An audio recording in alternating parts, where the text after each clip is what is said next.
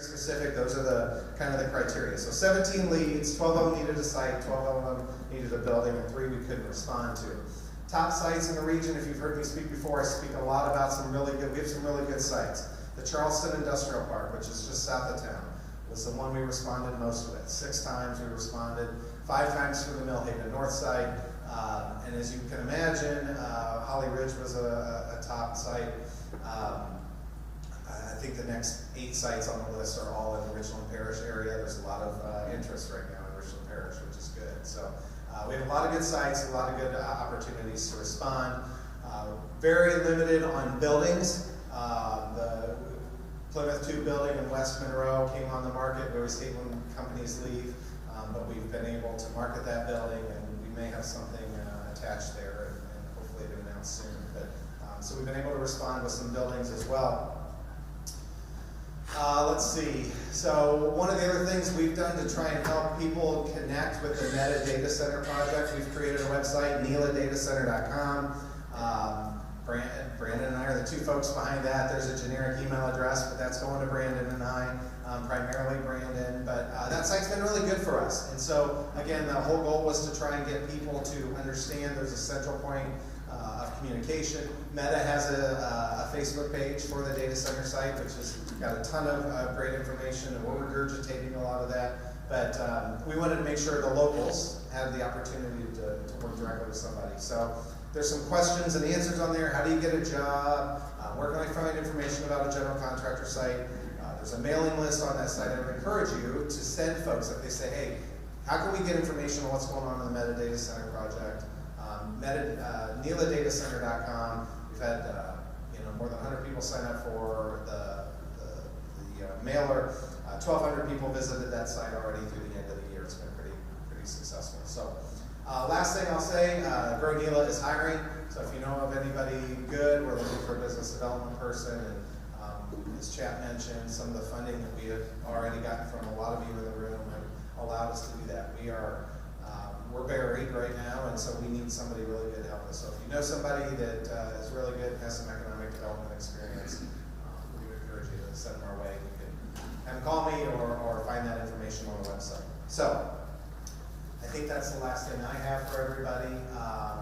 I'm going to introduce Katie. The reason we're all here today is to hear more about the Meta Data Center project. We're all super excited. One thing I keep reminding folks, it's going to be a process. So it's 5 to 7 years before the project's fully complete.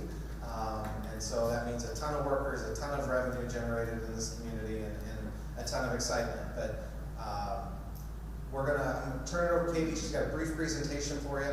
And then I would encourage you, if you have questions you think will be good for the group, please ask them. Katie will take some questions here. Then we'll break up, and Katie has committed to staying for a little bit afterwards. She's got a lot going on. So if you want to talk one-on-one with Katie, we'll do that as well. But I'm happy to tell you we've got Katie Comer here. Katie is the head of community development for North America for Meta.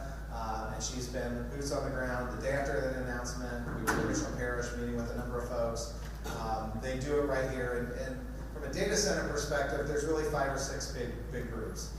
And you can all name them: Amazon, Microsoft, Google, Meta.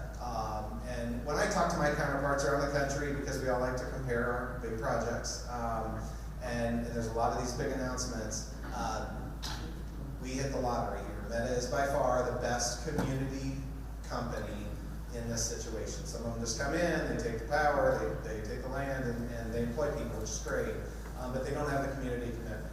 When I talk about what Meta's doing in our community, it blows away some of those other companies. So we're fortunate to have Meta here. Katie, if you wouldn't mind coming up. Katie Comer, everybody, head of community development for Meta.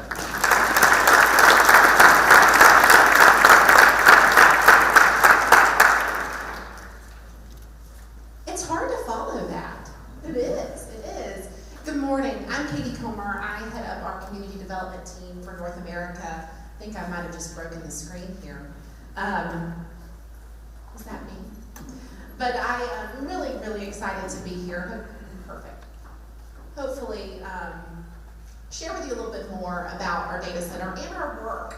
I think when you think about Meta, and I know we're only a month out of the announcement, I want to kind of share a little bit more about what this project is going to bring to the region and just how excited we are about this project, and hopefully tell you a little bit more about what a data center is throughout the process, because I know you're probably thinking, what exactly is a data center and how is it actually going to long-term impact my community right here in the Richland Parish? But I have the distinct honor, I lead a team across the country of just fabulous people who work and live in these communities. To Rob's point, we are the only company that does community development in the technology space when it comes to infrastructure and data centers.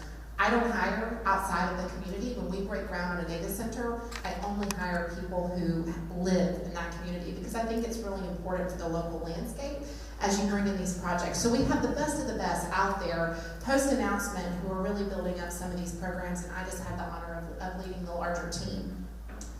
But to talk a little bit more about our data centers and really what this is going to do, I start our presentation always with talking through what this is going to bring for technology. Our mission at Meta is to build human connection through building the technologies of the future. And what does technologies of the future mean? And what is this data center going to bring to that technology? I've been at Meta long enough to know that forward-thinking technology, and the technology that we don't even know exists today, is going to truly change the world for the better. When I first started at Meta, we had just acquired Quest. You guys know about our Quest headsets? It was what we were calling a forward-thinking technology. Now, this was very many moons ago, right? I'm not a gamer, and I remember putting on the headset thinking, okay, this is interesting. We had never seen one before. What that's been able to do, right? Doctors training through AI and VR on surgeries before they ever touch a patient. Traveling around the country and seeing students that have never left their home community, being able to take a tour of the Colosseum in Rome. That's what we mean by forward-thinking technology, and what's so exciting is that the Richland Parish Data Center is going to be at the center of that. That is exciting, and who knows what's to come in the future.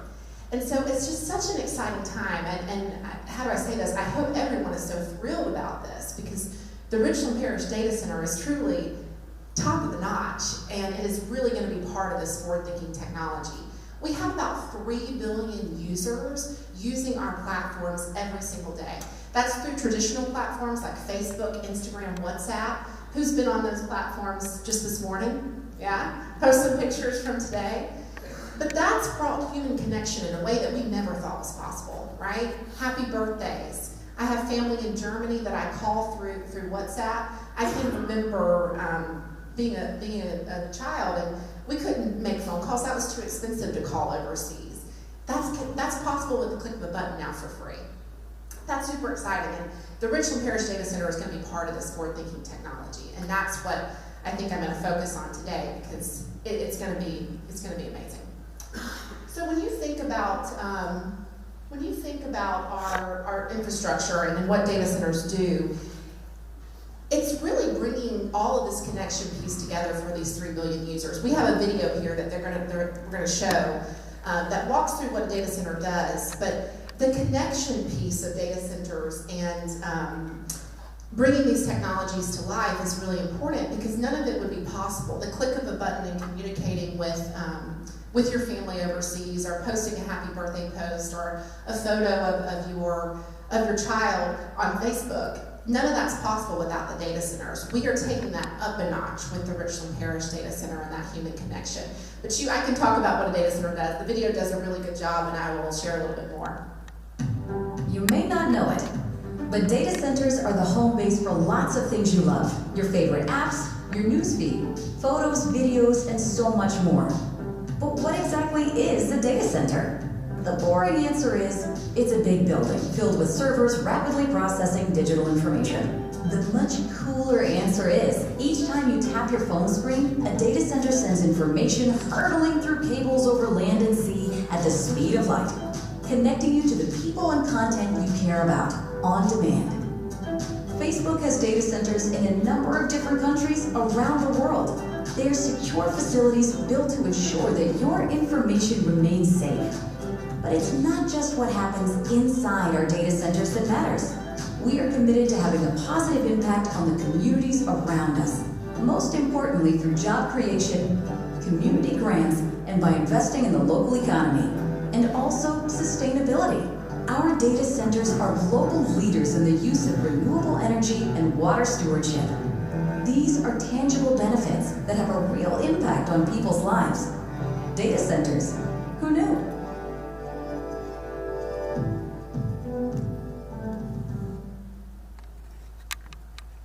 So data centers, and again, we talked about the forward-thinking technology and what that does, but if you post a photo on Instagram, I have a 1-year-old, which is probably why I'm walking around here. I don't stay still very much throughout the day. If you're posting a photo on Instagram, it doesn't just happen with the click of a button, actually. It's got to go somewhere for processing, and data centers are truly the backbone of that infrastructure. When you look around our global fleet throughout the data center, you will find that we have 27 data centers globally, 23 right here in the US. You see the Richland Parish here. I will tell you, I don't think we have ever gotten as many emails of interest to learn about our spaces and our data centers quite like we have over the last month. So that should excite you guys. People are excited about this. But we really choose our locations based on a wide variety of aspects. But I think you can kind of see here, these communities, and I'll talk a little bit more about how we've invested in these communities later on. We live and we work in these spaces.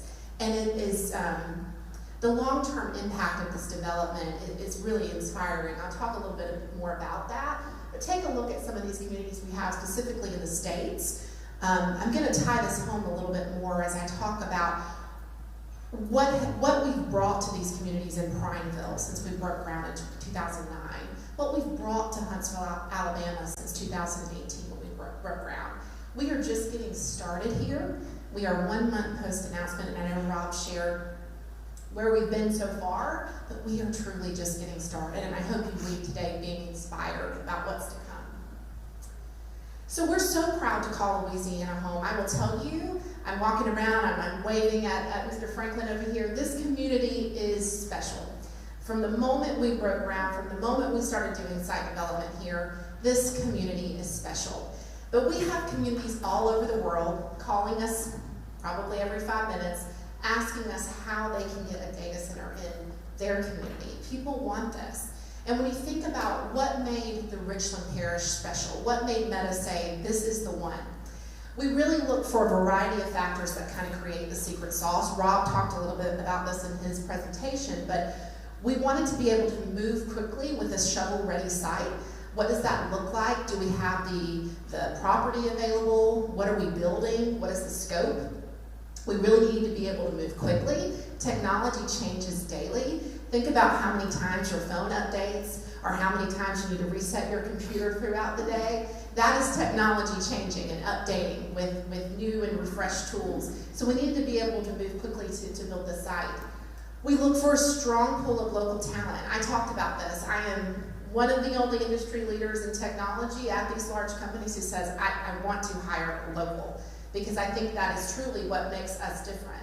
We want to be able to build the community up before we get ready to hire so that we can hire that local talent, because that is imperative, not only for us being able to fit into a community, because we're here for the long run, but also to be able to build what we talk about when we talk about the growth of economic development and what that brings for the generations to come for a community. So strong pool of local talent, access to renewable energy, access to wonderful energy partners like Amanda and her team, and just a great set of community partners.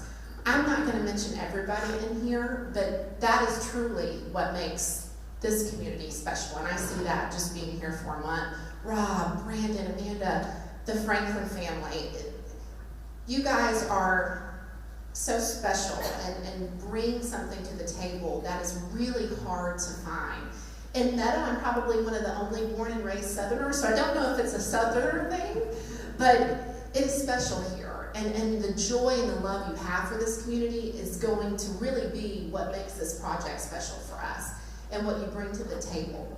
So a great set of community partners, because we're here for the long run, like I said, and without these community partners like the ones I mentioned and many, many more, this wouldn't be successful for us. And so that's a huge critical piece of the project as well. Total project represents about a $10 million investment for the state of Louisiana. That's exciting as well. And some of the long-term impacts of that, we did a study across 21 of our data centers with data up until 2022. But when you look about what that actually means in numbers, you know, this is our global fleet, 21 data centers, data up until 2022. But it's about 4,400 operational jobs. And these are those locations you saw on that map. About $2 billion. Now that's going to grossly change with the Richland Parish data center and annual investment. About $56 million in community grants. That's my group, and we'll talk a little bit more about what that actually means, but that is generational changes for these communities, and I'll talk a little bit more about that. And then about $14 billion in capital investment. So these are a lot of numbers, and I like to actually talk about the stories of what these numbers mean, but that's going to continue to be part of our story when we talk about what this site means for the long-term development of this community, and really, quite frankly, the globe. So we hear a lot about what are the jobs available now, and Rob did a great job talking about the long-term ramp of this project. You don't just build a data center in a day. You don't want us to build a data center in a day, right?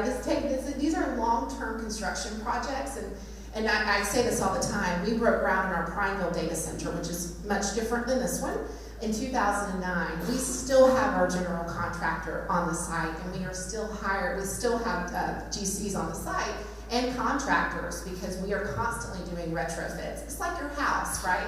You're constantly having to replace the air conditioning, and the next thing you know, you need a new roof. So these are long-term construction projects.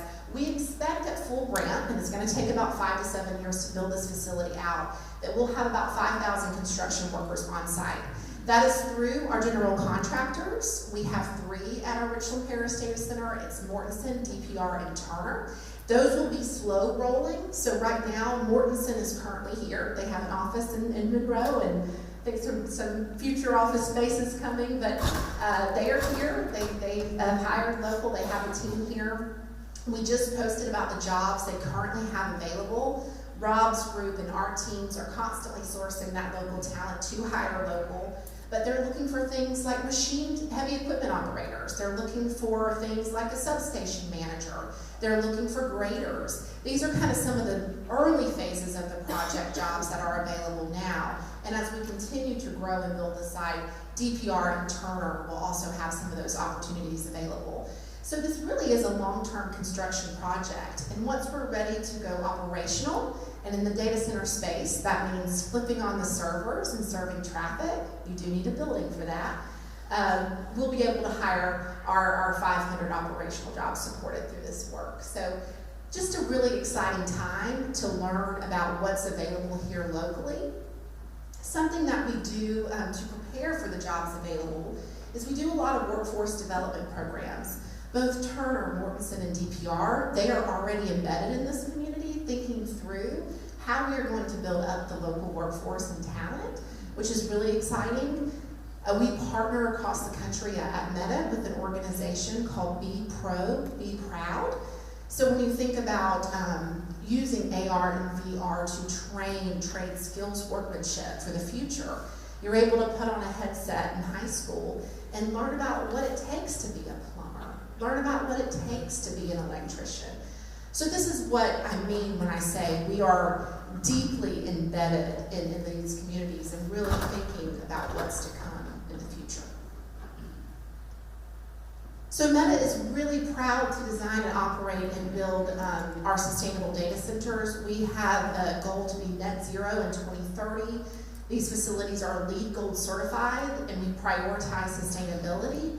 I think this again showcases we don't just come in, we live and we work here, and we want to make sure that we are doing what's right for the community and really impacting the global sustainability method when it comes to the states we operate in. And then partnering in Louisiana. I'll talk a little bit more about this and go into some of those stories that I shared, but Meta believes in giving back to the communities where we live and where we work. What does that actually look like?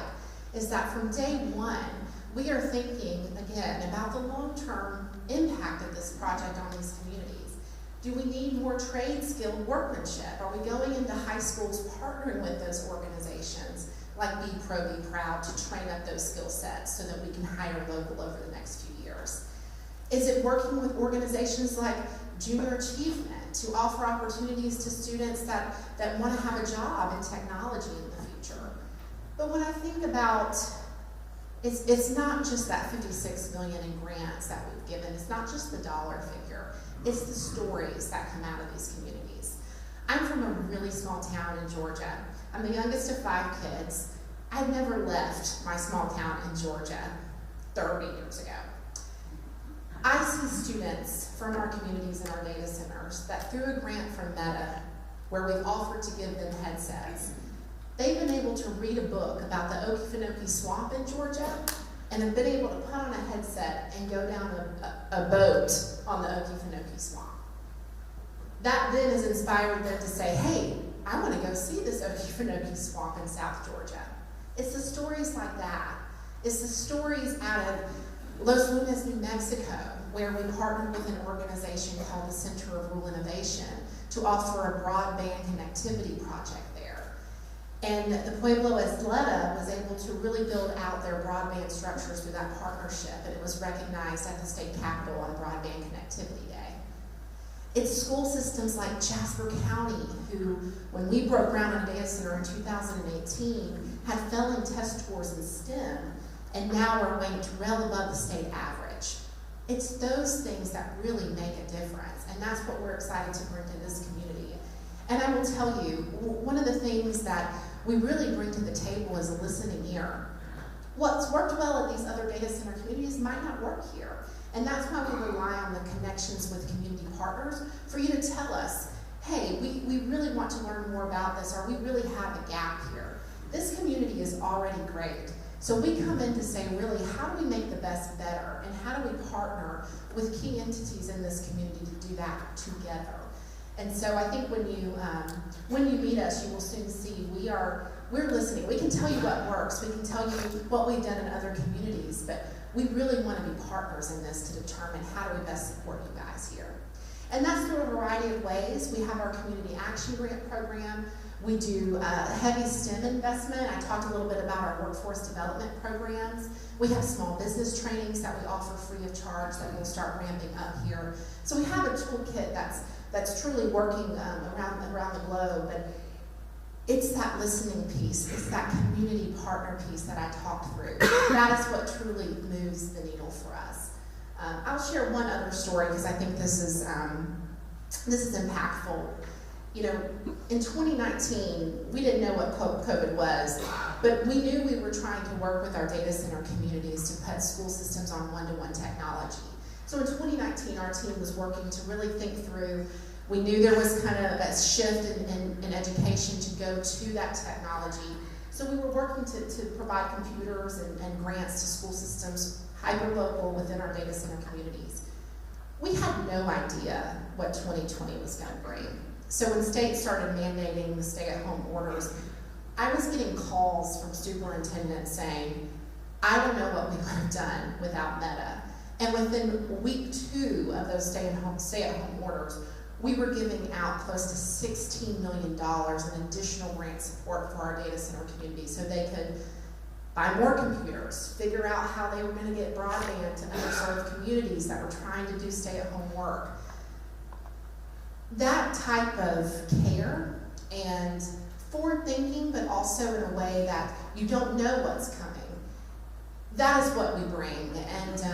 And the impact there that we had was critical. I mean, I had superintendents calling me saying, I truly don't know how we would have done this without Meta.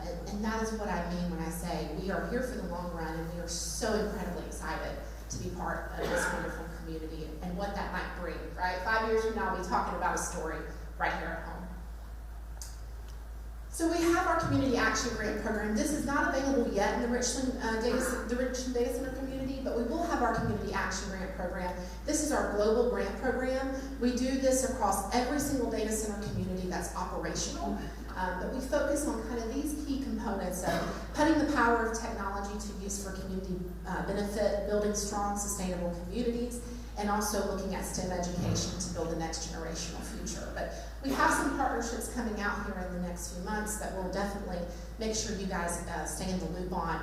But But again, there is not a better group of community partners than right here at home here in Richland Parish, and we're really excited to be able to bring some of this here and what that's going to be locally. So I'm here really just to say thank you. Thank you for letting us call this community home. Thank you to the people that make it happen, and thank you for opening up your home to us. We are just so incredibly proud to be here and really excited to support the long-term vitality of the Richland Parish community and work together to solve problems and to be part of this forward-thinking technology and the technology that's going to build human connection for generations to come.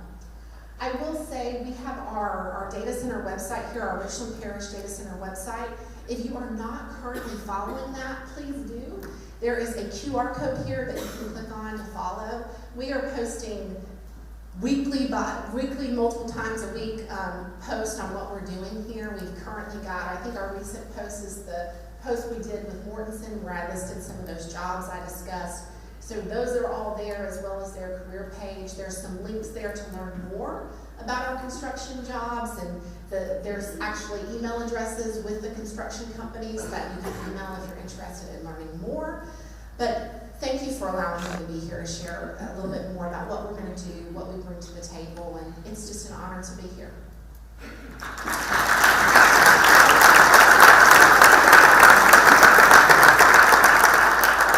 Thank you, Katie. Appreciate it. All right, we have time, 10 minutes or so for some general questions. Who has a question for Katie? Yes, sir, in the back. Is it more of a data storage center or a data processing center or both? It's our Richland Parish Data Center. So it is our data center, and it's helping connect our platforms and products on our services to the community. So it is a data center that helps us process that information for sharing through our platforms and apps. So Facebook, Instagram, WhatsApp, Quest, and our AI work that we're doing. So it's a data center that does a lot of that processing. So is it more processing, or is it going to be used for storage also? Both. So 50-50? Yeah. We don't have the exact, we don't know yet what exactly that's going to look like, Okay. but it will be both. I got you. Thank you. Thank you. Who else? I have a question about your operation. Put upward pressure on rental value locally. What is your plan to house the people that are coming in? Are they going to be pushed into the local community? Is there some plan with the data center to house the people that are coming in to work? That's a really great question. We've actually been working throughout the duration of the project with our great community partners, both at the state and also locally, to think through some of those long-term housing needs and what this brings, because truly, I mean, there are other economic development projects that will probably come into the region as well. So it really is a holistic conversation about what the larger needs for the region will be, not just meta. And we don't ever want to come to the table and just be meta focused. It really is, what's best for the community is to think about housing in a holistic perspective of who do we need to bring to the table in this community to think about some of that long-term growth, not just what Meta's doing. We certainly will provide the support that we need. We have already invested, will invest about $200 million in long-term infrastructure for the community. That just was part of our development. So we do think about that, and we know we've got some different work streams happening both at the state and locally to think about what the growth in the region will be, and housing is a part of that. But it is a much bigger conversation than just housing. So I mentioned the $200 million infrastructure projects that Meta's financially supporting. It's much bigger than just that around the region and the growth when it comes to housing. We will not have Meta roles available here for the foreseeable future because we're still under construction. It really is our GCs working some of those local housing impacts. The other thing I'll say to that is, I think it goes back to what I was saying about focusing on our strengths. So there are a lot of conversations in the community where we're going to have the opportunity to shine. It is not Meta's responsibility to solve our housing issue. It is ours. And so we've got to do a great job here in the region figuring out how we're going to build more rental units, build more homes, and Meta's going to support those activities. But we're having all those discussions, whether it's about housing, it's about food trucks, it's about all of those things. So we've got to do a good job here regionally on answering some of those questions too. Who else? Go ahead, Joe. First of all, thank you for coming. You're very, very important to the community. I'm involved in this involved in not to get our contact. It is, I can feel and see the difference it makes in our community. Really appreciate it. Thank you so much. Yeah, they're Morton's intern from DPR. We've worked with them on other projects. They really are the best of the best. Thank you. That's Who else? I saw some hands over here. Miss Amanda. Moving forward with it, that, you know, I think you talk a lot about what NELA gives to the community and things there, but I also would like to know about how our community sees NELA, so that it's a true partnership and not just everybody coming to you for that. That is, Amanda, thank you. And that's, again, you can't ask for better community partners like that. I know Amanda has been closely connected to the project and her team is amazing, but thank you. And that's what we mean by partnership. You can't ask for anything better than that. And again, we are listening. We are listening ears too. I think that's another piece of how we work. And we want to be part of these conversations and do what we can do. And we just appreciate that partnership, and we've seen that here in two folds. And so I can't say thank you enough for that. All right, we got time for Jack. Go ahead. Remind me, 5 years from now, we sit here, the question is, your goal would be 500 full-time employees, what kind of salary?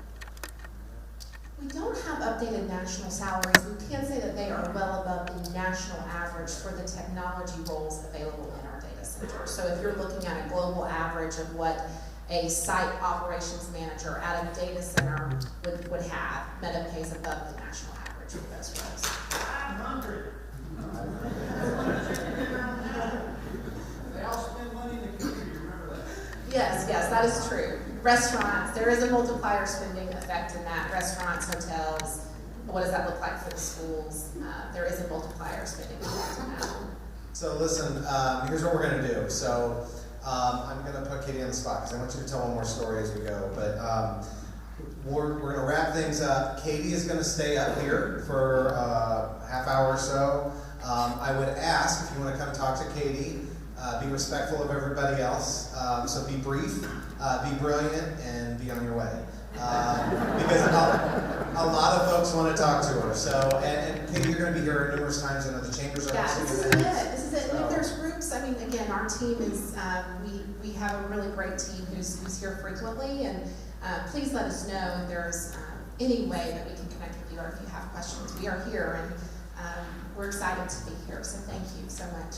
So I would say, going back to the housing question, and yeah, I think it's imperative on us on the community. You saw a lot of great examples up here, but it's going to be imperative that we come to Meta with quality asks and things that benefit the region. And Katie, can you just end on the North Carolina? There's a community in downtown that you guys provided a grant to for Wi-Fi, and then what happened?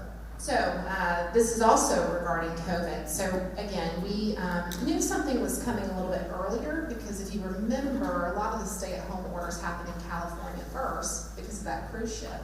So we kind of knew something was coming, and our VP at the time, the first thing they said was, hey, this is going to impact our data centers. We should be reaching out. And we had a lot of these partnerships, right?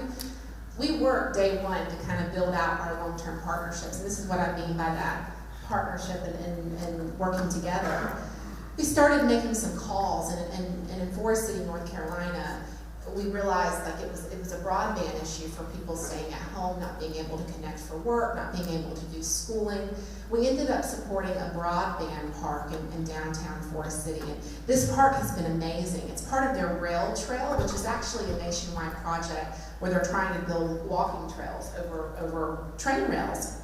So we ended up building out this Wi-Fi connectivity park in downtown Forest City, and we've had that there since 2019. In 2020, we expanded it a little bit more to include some of the connectivity pieces with COVID. So when Hurricane Helene hit North Carolina a few months ago and the devastation there, you probably saw photos from Chimney Rock and Asheville.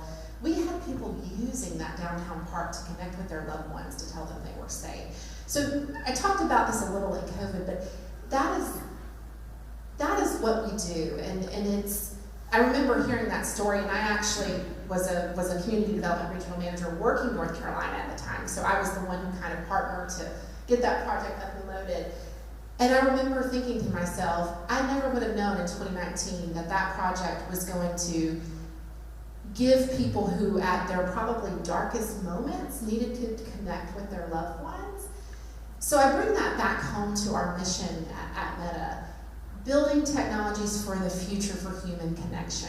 And that is, I think, a full story moment of what we mean by us saying as a corporation, when we come into communities, what is going to be the need? We might not know what that need is. No one would have thought a hurricane would have hit that community. But the fact that we played a very somewhat small factor in knowing that that investment needed to be made, doing it, continuing to invest in it. We didn't just stop with one. We figured out how we could expand it. We figured out how the city was developing out their rail trail. We were following it with some of those hotspot areas.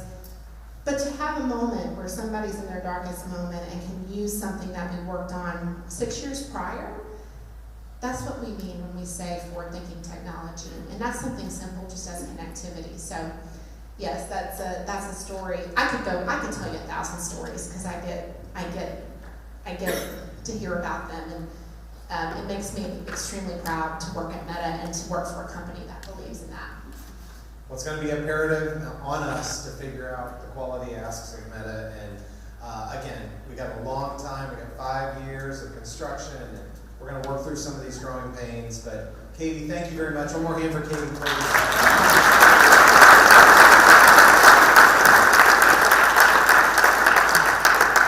So seriously, thank you all for coming out. It's great to see so many faces. As Chad mentioned, we could use your support. If you need help, call Brandon or I. If you have a lead, I keep telling folks it's never been easier to have an influence on business attraction. If you hear of somebody, if you know somebody that's looking to expand a business, pick up the phone and call. Any of the mayors in the room will take your call. We will take your call. If you know of a company looking to relocate, let us know. So if you want to talk to Katie, she's going to be up here for a little bit. Thank you all for coming, and grab some coffee, some food, something on the way. So thank you all.